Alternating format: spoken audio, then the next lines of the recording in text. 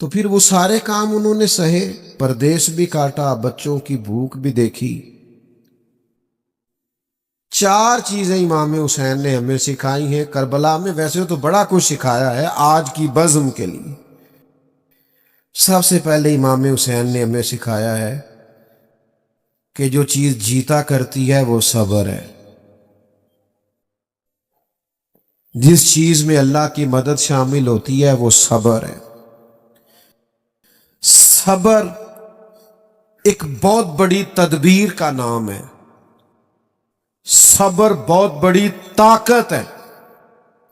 جو آپ کی ساری باتیں سن کے تلک چپ کر گیا ہے نا، اس کے صبر سے ڈرو۔ جو بہو پورے خاندان کا جبر سہ کے صبر کرتی ہے، اس کے صبر سے ڈرو۔ جس کا فیکٹری کا آنر اور مالک اپنے مزدوروں پر ظلم کرتا ہے، جبر کرتا ہے اور ان کی توہین معاذ اللہ کرتا ہے، وہ ان کے صبر سے ڈرے۔ کیوں؟ اس لیے کہ صبر والا بڑا طاقتور ہوتا ہے۔ کیوں؟ کہ ان اللہ مع الصابرین، صبر کرنے والوں کے ساتھ اللہ۔ میدان کربلا میں کیا جنگ تھی؟ ہزاروں کے لشکر سے 72 لوگوں نے لڑنا تھا۔ وہ جنگ تلواروں کی تلواروں سے نہیں تھی، نیزوں کی نیزوں سے نہیں تھی۔ کربلا میں ظلم کی جنگ صبر کے ساتھ تھی، جبر کی جنگ صبر کے ساتھ تھی۔ صبر جیت گیا اور ظلم ہار گیا۔ وہ جو جیت گئے وہ حسین ہے، اور جو 4 سال حکومت کر کے ہار گیا وہ یزید ہے۔ تو عزیز، صبر اپنی زندگی میں پیدا کریں، حوصلہ۔ ہمارے اندر نا بڑی بے صبری آ گئی ہے، منٹ منٹ پہ تلخ ہوتے ہیں، لڑائیاں ہیں، جھگڑے، حوصلہ نہیں، برداشت نہیں، قوت نہیں۔ دل بڑا کرو، ظرف بڑا کرو، صبر پیدا کریں۔ آپ کو محسوس ہوگا کہ آپ طاقتور ہوتے جا رہے ہیں۔ دوسری بات ہمیں امام حسین نے کربلا میں سکھائی ہے استقامت۔ مجھے ایک بچہ کہنے لگا کہ میں بڑے کام کرنا، کوئی بھی توڑ نہیں چڑھتا۔ میں کہا تو بڑے رہن دے، کوئی ایک ہی کام کر، لیکن استقامت سے کر۔ پتھر بھی کہیں پڑا رہ جائے نا مستقل، تو اس میں مٹی چڑھتی رہتی ہے، وہ طاقتور ہو جاتا ہے، وزنی ہو جاتا ہے۔ ایک قطرہ بھی، ایک قطرہ ٹوٹی سے گرے نا، نل کبھی لیک ہو جائے، قطرہ گرے تو نیچے پتھر بھی ہو نا، گرے ذرا مستقل، اس میں بھی سوراخ کر دیتا۔ حالانکہ پانی سے پتھروں میں سوراخ، لیکن سوراخ کیوں ہو گیا؟ کہ وہ مستقل گرا۔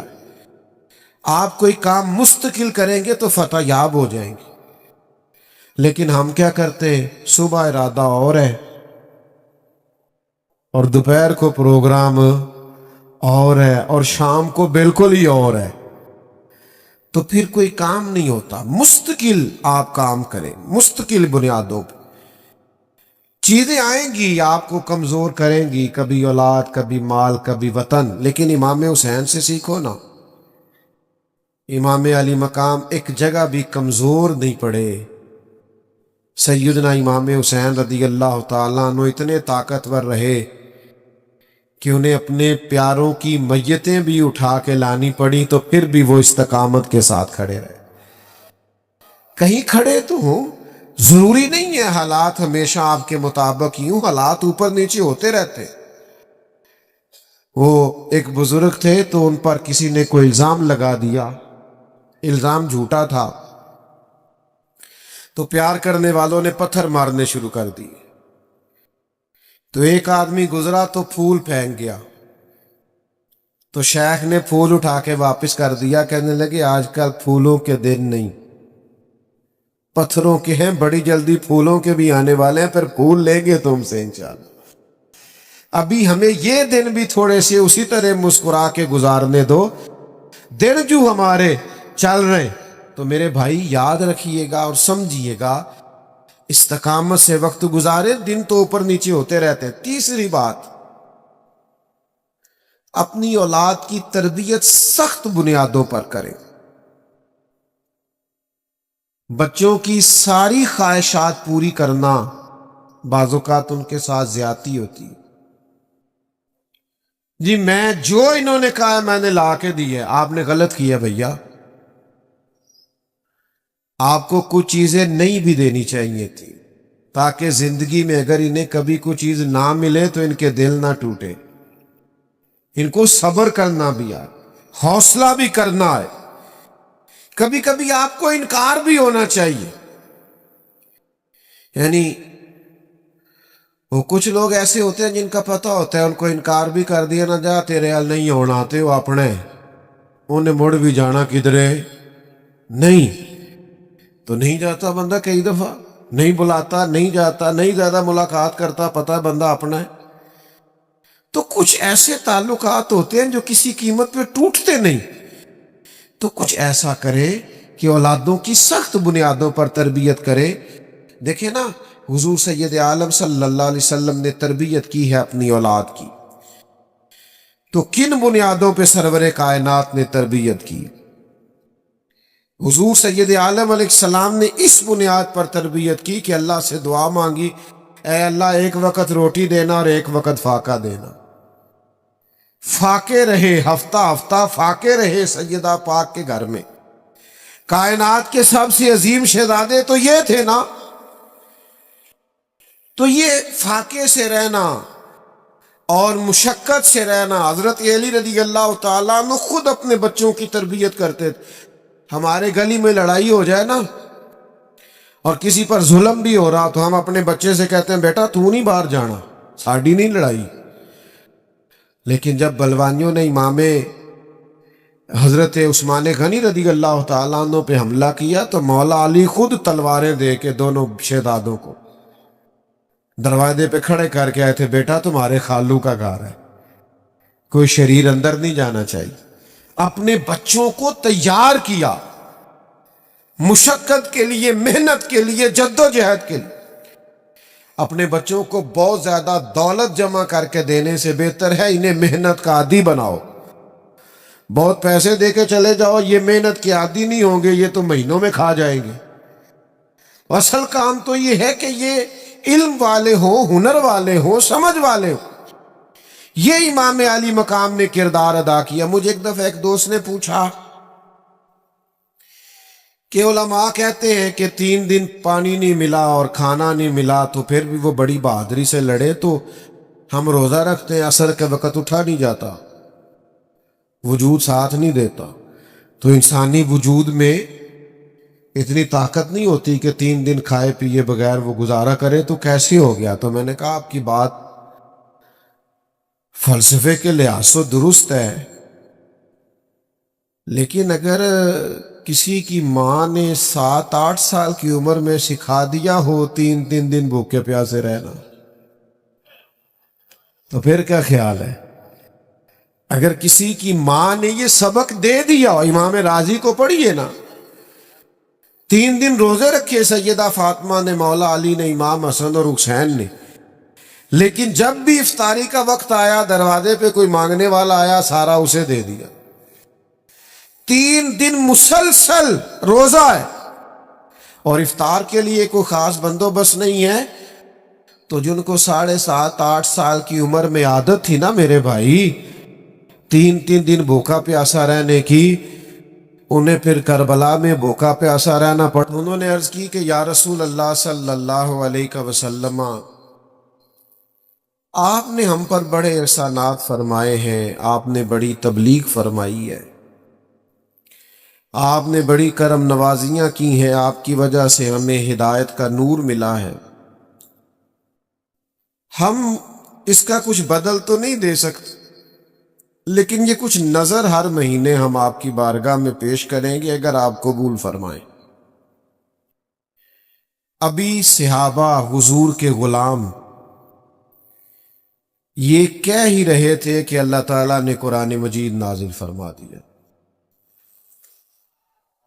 فرمایا کل لا اسألکم علیہ اجرا الا المودۃ فی القربى،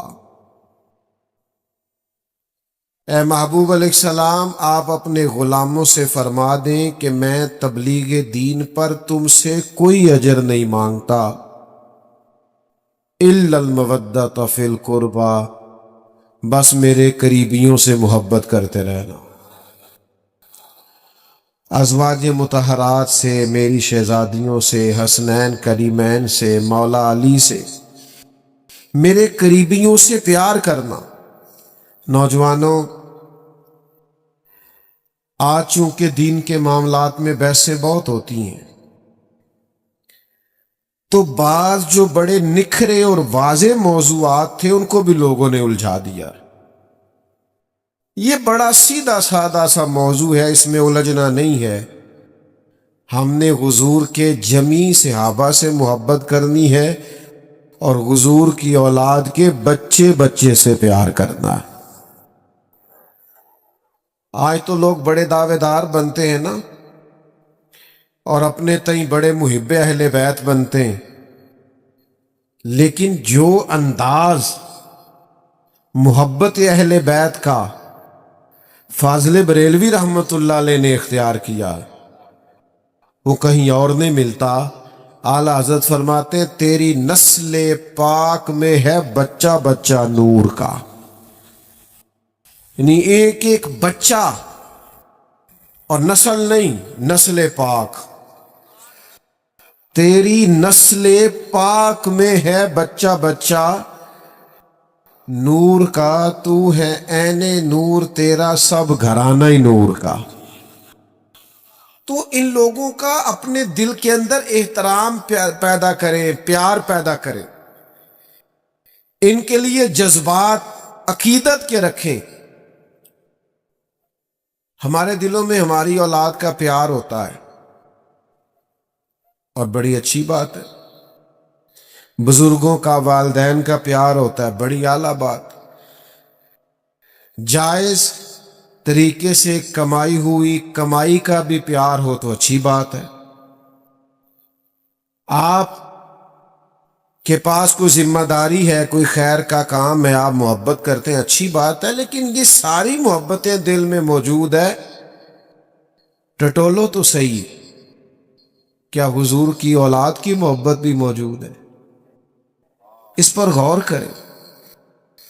بہت ساری ابحاث میں اصل چیزیں میں پھر آپ کے ذہنوں پر دستک دیتا ہوں، دل سے پوچھنا،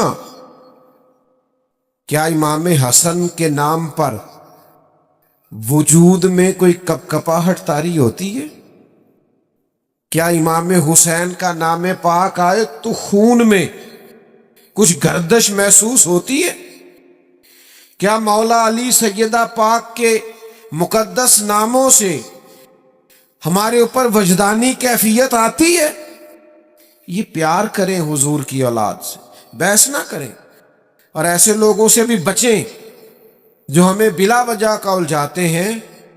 ہم ان کے غلام ہیں، ہم نے غلامی کر لی، ہم حضور کی اولاد پاک کا صدقہ کھاتے ہیں، ہماری اولادیں پلتی ہیں، ہمیں وہ غلامی کرنی ہے، عقیدتوں کے، احترام کے، محبتوں کے رشتے قائم رکھنے۔ دیکھو حضور کس ترتیب سے اپنی اولاد کی محبت بیان کرتے ہیں۔ نبی کریم علیہ السلام فرماتے ہیں اللہ سے محبت کرو، تمہیں نعمتیں دیتا ہے، تمہیں رزق دیتا ہے۔ یہ ذرا فلسفہ سمجھیے گا، اس حدیث پاک میں جو خاص جاذبیت ہے، جو حکمت اور دانائی ہے، اس پر غور فرمائیں۔ کریم فرمانے لگے اللہ سے محبت کرو، وہ تمہیں رزق دیتا ہے، اور مجھ سے محبت کرو، میں اللہ کا رسول ہوں، میں اس رب کا رسول محبوب ہوں، مجھ سے پیار کرو۔ اور کریم فرمانے لگے میری اہل بیت سے محبت کرو، کیونکہ میری اولاد ہے، میری اولاد، اس سے پیار کرو۔ یہ محبت اس لیے ہے کہ وہ نبی پاک کی اولاد، اور ہم تو وہ لوگ ہیں جو اپنے استادوں کے بچوں کا بھی احترام کرتے ہیں. نہیں سمجھ آئی؟ اب ماشاءاللہ جتنے آپ اندر بیٹھے ہیں اتنے ہی باہر کھڑے ہیں. یہ بھی کمال کی بات ہے کہ اندر مزید آ سکتے تھے، لیکن ہمارے بعض دوست ایسے ہوتے ہیں جو بعض اوقات بے ترتیب رہنا پسند کرتے ہیں. شاید انہوں نے کہیں سے شعر سن لیا ہوگا کہ قدر کھو دیتا ہے ہر روز کا آنا جانا، بڑی دلچسپ ہوتی ہیں بے ترتیب ملاقاتیں. تو ان کا بے ترتیب اور میری جماعت میں بے ترتیب رہنا ویسے ہی کو پسندیدہ ہے. ہمارا مزاج ہے نا آمدام برسر مطلب. بہرحال آپ جہاں بھی کھڑے ہیں، بڑی تعداد میں کھڑے ہیں اور اس موسم میں کھڑے ہیں اور اتنے شارٹ نوٹس پہ اتنے لوگ آئے ہیں، لگتا یہ ہے کہ یہ اللہ کا فضل ہے کہ حضور کی اولاد کے نام پر اتنے لوگ جمع ہو گئے. اب آپ غور فرمائیے اور سمجھیے، ہم تو اپنے استادوں کی اولاد کا بڑا احترام کرتے ہیں، اپنے مشائخ کی، پیروں کی اولادوں کا احترام کرتے ہیں. کیوں؟ کہ ہمیں ہمارے بزرگوں نے بتایا کہ اصلہ نال جے نیکی کریے او نسلاں تاک نہیں بھول دے. کسی اصل پر احسان کرو نا تو وہ کئی نسلوں، اپنی اگلی نسل کو بھی بتا کے جاتا ہے یہ میرا محسن ہے. اصلاں نال جے نیکی کریے تے نسلاں تاک نہیں بھول دے. ہاں بے اصلاں نال نیکی کریے، بے اصلاں نال نیکی کریے تے پل کنڈیاں نال تول دے، پھر حالات خراب ہو جاتے ہیں. بلکہ کسی نے یوں بھی کہا کہ بے اصلاں نال نیکی کریے تے پٹھیاں چالاں چل دے. وہ الٹ کام کرتے. تو دوست، ہم تو اپنے بزرگوں کی اولادوں کا اور استادوں کی اولادوں کا احترام کرتے ہیں. تو جو نبی پاک کی اولاد ہے، جو حضور کا مقدس خاندان ہے، اس کے لیے کتنی کو عقیدت ہمارے دل میں ہونی چاہیے، کتنا کو احترام ہونا چاہیے، کس حد تک بڑھ کے ہمیں اپنی عقیدتوں، ارادتوں اور محبتوں کا اظہار کرنا چاہیے. اس کو ذرا سمجھیں. میں نے پہلے بھی کئی دفعہ دوستوں کو ایک بات سنی، چھوڑ دے بھائی چھوڑ دے، کوئی دوست کسی کو اشارہ نہ کرے، او بھیا پیارے رہنے دو رہنے دو، آپ کی مہربانی. ہوتا پتہ کیا ہے، اسٹیج پہ اس بندے کو بیٹھنا چاہیے جس نے ہلنا جلنا کام ہے، ورنہ چونکہ سب اسٹیج کی طرف دیکھ رہے ہوتے ہیں تو جو اسٹیج والا کوئی تھوڑا بہت محبت کا اظہار کرے تو سارے اسے ہی دیکھنے لگ جاتے ہیں. تو ساڈا اس ویلے مسئلہ ہے کہ سانو ویکھو. تو یہ بھی عجیب لڑائی ہے محبت کی. تو اس لیے کوئی کسی کو اشارہ نہ کرے. باقی موبائل سے کچھ دوستوں کو بڑا عشق ہے، آپ جتنا مرضی زور لگائیں انہوں نے نہیں بند کرنا. وہ تو مینوں کئی جگہ تو پتہ لگا سوندے بھی سرانے تھلے رکھ کے نے کہ کوئی لے نہ جائے. اب اس عشق کا بھی کوئی علاج نہیں، انوکھا ہے، لہذا آپ نہ منع کرنے کا اشارہ کریں. بس ٹھیک ہے، اب ایسے ہی چلتا ہے، زمانہ کچھ اس طرح کا ہو گیا ہے. بہرحال آمدام برسر مطلب تھوڑی توجہ کریں. میں نے پہلے بھی ایک دو دفعہ بات عرض کی ہے، ہمارے جو پرانے دیسی لوگ تھے نا، ان کی عقیدتیں بڑی ٹھیک تھیں. پڑھے لکھے زمانے میں بیسے ہی بیسے ہیں. پرانے لوگوں کی نا والد صاحب نا بڑی عید پہ چاول لائے، ابا جی چاول بڑے اچھے تھے. تو یہ پرانے لوگ جانتے ہیں کہ سیمپل کہتے تھے، جو نیا چاول آتا تھا نا 2 کلو یہ سیمپل پہلے پکا کے دیکھ لو. پہلے سیمپل آیا، اماں جی نے پکائے، بڑی تعریف کری، کہا بڑا لمبا چاول ہے، بڑا خوشبودار ہے اور بڑا پھول گیا ہے پاک کے، بڑا مزیدار ہے. ابا جی پھر وہ خرید لائے، بڑی عید پہ چاول آئے. تو ایک دو دفعہ پکے، پھر دوبارہ دوسرے چاول پکنے لگ گئے جو پہلے سے گھر میں موجود تھے. تو والد صاحب میری اماں جی سے کہنے لگے کہ او چول کتنے نہیں، سانو پھر وہی دینے شروع کرتے. تو میری والدہ چپ کر گئی. سادے اور کم پڑھے لکھے لوگوں کے اندر جو عقیدتیں بڑی انوکھی تھیں، کہنے لگی وہ چول بڑے سونے سن، میں رکھ چھڑے نے 10 محرم نو امام حسین دی نیاز پکاواں۔ مکان کچے عقیدے پکے، مکان کچے عقیدے پکے، یعنی چاول بھی دینا ہے ان کی نیاز میں تو ستھرا دینا۔ حضور کی اولاد پاک کے نام پہ کوئی چیز دینی ہے تو خاص۔ یہ ہماری وارفتگیاں تھی، شوق تھا۔ اب ساری محبت صرف سٹیٹس میں ہے، سٹیٹس لگا دو 10 محرم کا، اب فلان کر دو، ہر چیز آپ کی وہ خاص ارادت کہاں؟ کاش 1 محرم سے 10 محرم تک آپ ایک سپارہ پڑھتے اور کہتے یہ میں امام حسین کو نظر پیش کروں گا۔ آپ کچھ نفل بڑھا دیتے کہ امام علی مقام نے تو کربلا میں بھی سجدے کو نہیں چھوڑا۔ کاش آپ حضور پر، نبی پاک کے آل و اصحاب پر درود پاک بڑھا دیتے کہ میں نے زیادہ درود پڑھنا ہے اس لیے کہ یہ ایام ہے ان کی شہادت کے۔ لیکن ہم اصل سے ہٹ گئے۔ وہ نورانیت، وہ عقیدتیں، وہ احترام، وہ خاص جذبات، وہ خاص انس حضور کی اولاد پاک سے، بحث ہی بحث ہے جتنی مرضی کرا لو، لیکن وہ خاص چیز نہیں رہی۔ اپنے اندر عقیدت پیدا کریں، احترام پیدا کریں، جذبات پیدا کریں۔ ہمارے بزرگ سادات کا بڑا احترام کرتے تھے، وہ حضور کی نسل کا بڑا احترام کرتے تھے۔ صحیح العقیدہ سادات کے اکرام بڑے کرتے تھے، لیکن ہماری نئی نسل میں تو وہ ذوق شوق ہی نظر نہیں آتا۔ تو پہلا سبق آج کا یہ ہے کہ حضور کی اولاد کا پیار ضروریات دین میں سے ہے، اس کو اختیار کریں، اپنے دلوں میں پیدا کریں۔ خاص وارفتگی، چلے اس طرح کریں 9-10 محرم کا روزہ ہی رکھ لیں کہ میں ان کی یاد میں اس عبادت میں مشغول ہو گیا ہوں، کچھ تو کریں، اور یہ بڑی برکت والا روزہ ہے۔ دوسری بات آپ سے یہ کرنی ہے کہ ہمیں نا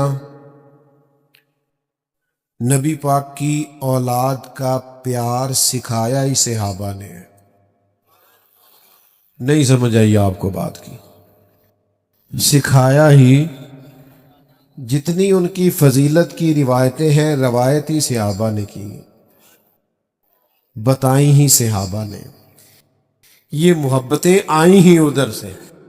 ہمیں حضرت عمر نے تو سکھایا ہے حسنین کا اکرام کیسے کرنا ہے، حضرت ابو ہریرہ نے تو سکھایا ہے، انہوں نے تو ہمیں سکھایا ہے۔ کوئی کام پڑ گیا حضرت امام حسن کو حضرت عمر فاروق سے، امیر المومنین تھے جناب عمر،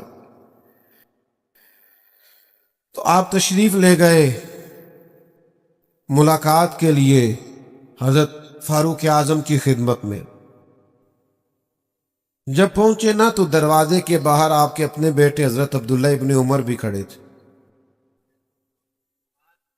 تو حضرت امام حسن رضی اللہ تعالیٰ عنہ جناب فاروق اعظم کے صاحبزادے سے کہنے لگے آپ یہاں کیوں کھڑے؟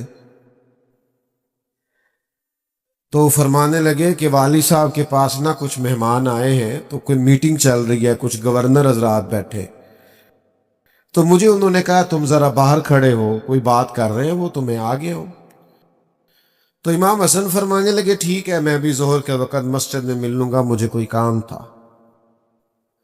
تو حضرت عبداللہ فرمانے لگے نہیں آپ چلے جائیں، آپ تو حضور کے شہزادے ہیں۔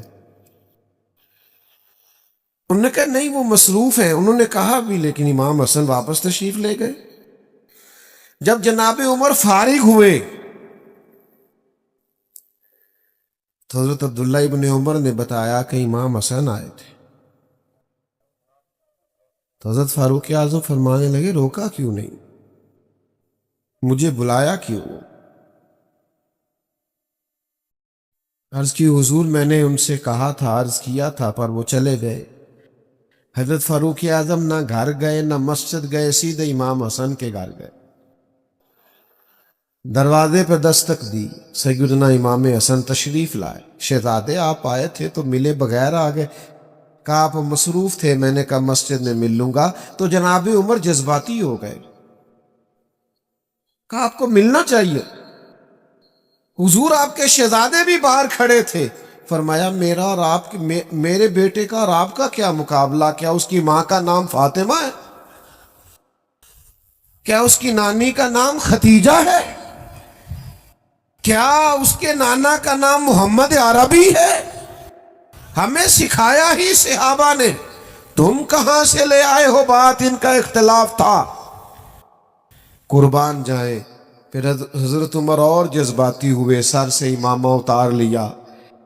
کہنے لگے شہزادے، عمر کے سر پر یہ جو عزت کے بال ہیں یہ آپ کے نانا کے اگائے ہوئے. تو جب تک صحابہ کے دروازے پہ حاضری نہیں دو گے، اہل بیت کی محبت کا پتہ کیسے چلے گا؟ ادب کا پتہ کیسے چلے گا؟ ان کی محبتوں کا پتہ کیسے چلے گا؟ علامہ اسماعیل حقی رحمۃ اللہ علیہ نے ایک بات لکھی. فرماتے ایک دن حضور علیہ السلام تشریف فرما تھے، تو جس کمرے میں حضور جلوہ فراز تھے نا، وہاں جگہ کچھ کام تھی.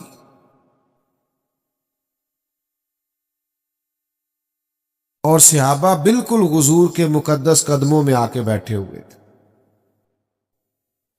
اور باہر بھی جہاں تک جگہ تھی، کونوں میں دیواروں سے لگ لگ کے صحابہ بیٹھے تھے. اچانک ایسا ہوا کہ مولا علی شیر خدا تشریف لے آئے. ہر صحابی چاہ رہا تھا میں اٹھ کے مولا کائنات کو جگہ دوں، کیونکہ سب جانتے تھے علی کی محبت ایمان ہے، ان کا بغض نفاق ہے. ہر ایک چاہ رہا تھا میں اٹھوں، اپنی جگہ چھوڑوں، گنجائش بناؤں اور شیر خدا کو بٹھا دوں. قربان جائیے، سارے ہی چاہ رہے تھے، پر پتہ ہے سب سے پہلے کون اٹھے؟ جو نبیوں کے بعد سب سے بڑا درجہ رکھتے ہیں. افضل البشر بعد الانبیاء بالتحقیق حضرت ابو بکر صدیق.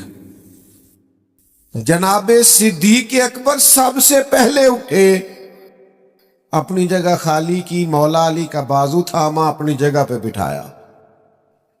اب صحابہ کا مجمع ہے، حضور جلوہ فراز ہے، کوئی تبصرہ کر ہی نہیں سکتا. حضور خود ہی بولے، فرمایا دیکھا تم نے میرے ابو بکر نے کیا کیا؟ دیکھا تم نے یا رسول اللہ؟ دیکھا. حضور فرمانے لگے کوئی عزت والا ہی کسی کی عزت کو پہچانا کرتا، صاحب عزت ہی کسی کو عزت دیتا. عزیزو، یہ تو ہمیں ان لوگوں نے سکھایا ہے. اس لیے وہ بعض لوگ ایسے ہیں کہ ان پر اب غصہ نہیں آتا، اب تو ترس آتا ہے کہ یار تم کیا دھندا کر رہے ہو تقریر چمکانے کے لیے. ان لوگوں کے مابین تم اختلاف بیان کرتے ہو جن کے بارے میں قرآن نے کہہ دیا اشداء علی الکفار رحماء بینہم، یہ کافروں پہ سخت ہیں، آپس میں تو بڑے رحم دل ہیں. تو جن کو قرآن مجید کہہ رہے رحم دل ہیں، نس آ گئی. تم مزید کوئی نیا عنوان کیا بیان کرتے ہو؟ تو بھائیو، ایک تو یہ کہ ان سے احترام کریں، اور دوسرا یہ کہ سمجھیں ان کی محبت اور عقیدت ہمیں کس نے سکھائی. تیسری بات، بہت مشکل نہیں ہے فلسفہ کربلا سمجھنا، کیونکہ لوگ پیغام امام حسین پر عمل نہیں کرنا چاہتے، اس لیے کہتے ہیں بڑا مشکل ہے، بڑا مشکل ہے. وہ ہمارے بعض صوفی ایسے ہیں درویش، کہتے معرفت نو سمجھنا سارے دے بس دی گل نہیں، تاکہ کوئی بندہ اس پینڈے پوے ہی نہ. وہ اللہ کے بندے، یہ معرفت کیا ہے؟ سادہ سا اخلاق ہنسنا ہے، باطن کو سنوارنا ہے، اخلاص پیدا کرنا ہے، عاجزی پیدا کرنا، یہی ہے سارا.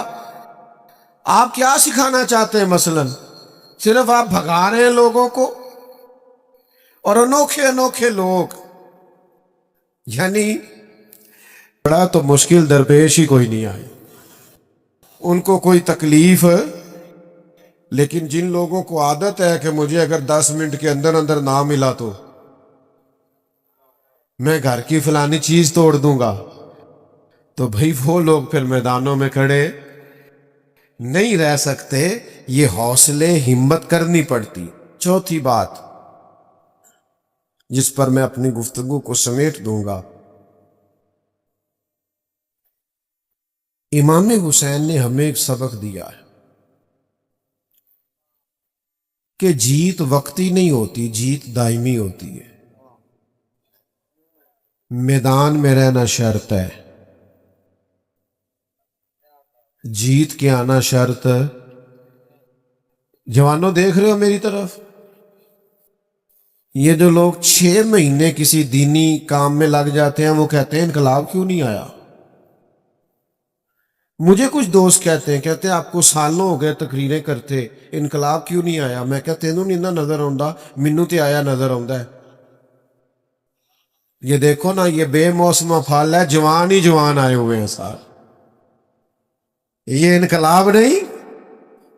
یہ دیکھو کس طرح کھڑے ہیں چاروں جانب، تو یہ انقلاب نہیں، یہ جس بچے نے نعرہ لگایا ہے چڑھتی جوانی اور خوبصورت داڑھی، تو انقلاب ہی ہے سارا۔ تو میرے بھائی، آپ کس کو انقلاب سمجھتے ہیں؟ باقی جہاں تک اس بات کا تعلق ہے کہ آپ محنت کرتے ہیں تو دنیا کیوں نہیں بدلی، تو بھائی نوکر کا کام یہ ہے کہ مسجد ٹائم پہ کھول لے، اذان ٹائم پہ دے، نمازی تو رب بھیجا کرتا ہے۔ تو ہم ڈیوٹی دے رہے ہیں اور اذانیں پڑھ رہے ہیں، وقت آئے گا اللہ دل بدل دے گا، حالات ٹھیک ہو جائیں گے، پر ہم نے نوکری نہیں چھوڑنی، ہم نے ڈیوٹی، سمجھ آ رہی ہے؟ ہم نے بات کرنا نہیں چھوڑنا، ہم نے ذکر کرنا نہیں چھوڑنا، ہم ذکر کرتے رہیں گے، انشاءاللہ دلوں میں اتر جائے گا، ایک وقت آئے گا تبدیلی آ جائے گی۔